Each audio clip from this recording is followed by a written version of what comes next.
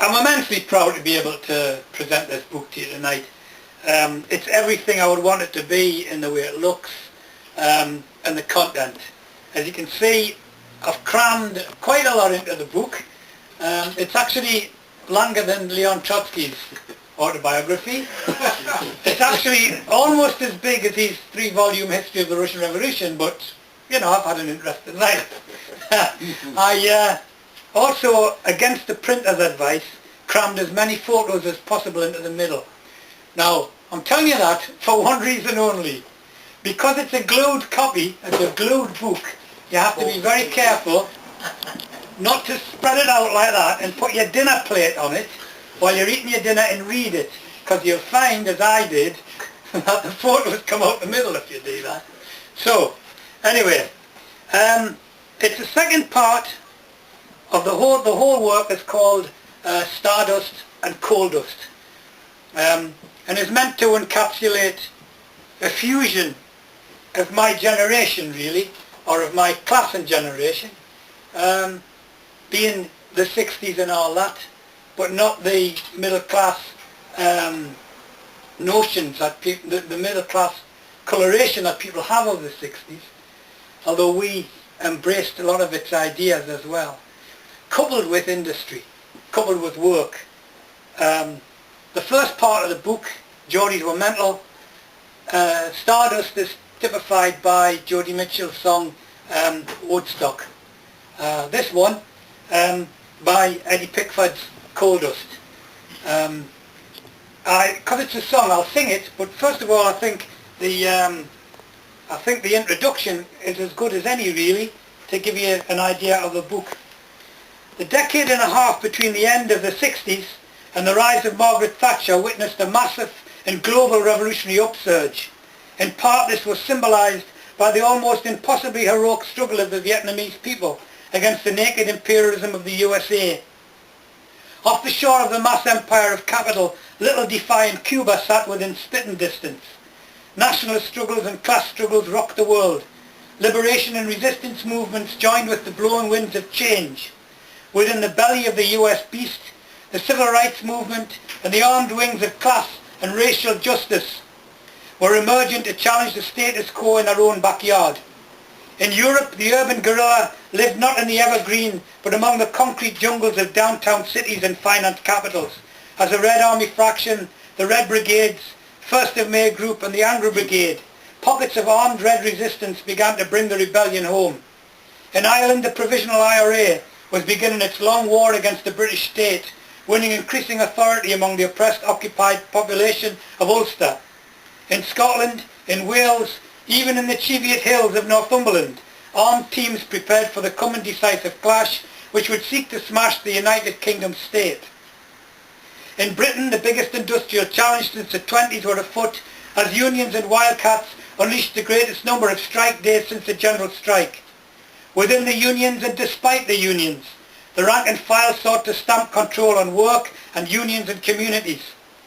The National Union of Mine Workers, which someone was to call the shock troops of the TUC, presided over the rise of the flying picket and mass secondary action, which would take a government by the balls.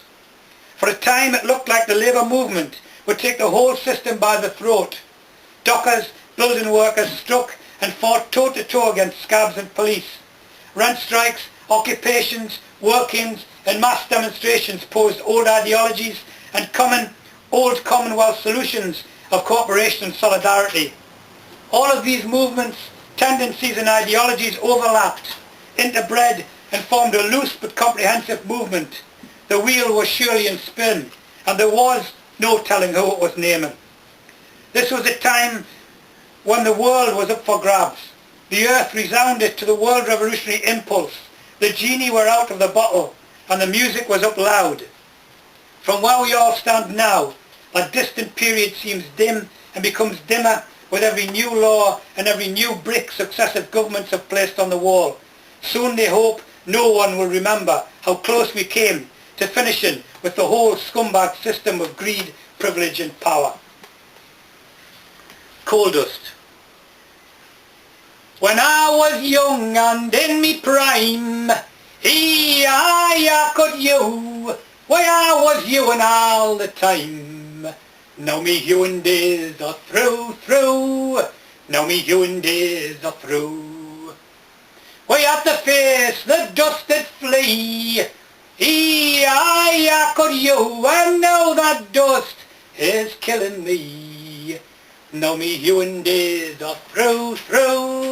Now me Hewin days are through. I've had mothers, and they were men. I could you, why they were men, and sons of men. Now me Hewin days are through. Now me Hewin days are through. I've lain down flat and shovelled coal. I could you, me eyes did smart in the dust-filled hole. Now me Hewin days are through. Now me Hewin days are through. And now that walk was made by men. I could you, but we made dust I didn't ken. Now me Hewin days are through. Now me Hewin days are through. It's yon that pit, nae mair I'll see. I could you, I'll carry it around inside of me. Now me Hewin days are through. Now me Hewin days are through. Dunscroft. Dawn is thick with mists rolling in from moorland, vast tracts of empty peat bogs and moors, Hatfield wastes, thorn moors, thick dripping wet frogs. Only had one glass of wine.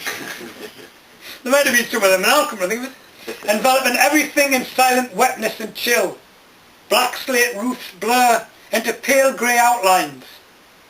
Webs of wet fog envelop the rows on rows of silent pit houses, the odd surviving tree and telegraph poles. Eyebrows, lashes, nose, hair drip with mist.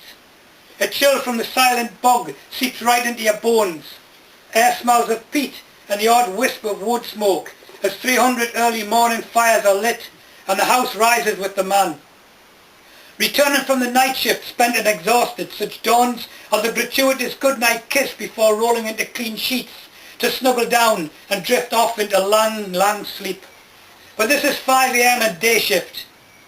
The pit bus is already gone, its distant light disappearing up the end of Broadway, a 2-mile gallery of pit houses before I got at the end of the street. Bloody day shift, panting, heart pounding, and every inch of bodily function resisting every motion. Stale alcohol rips through me bloodstream and sticks on me breath. My eyes strain to sleep, even while I hurry over the railway bridge, as the pit looms up out of the mists.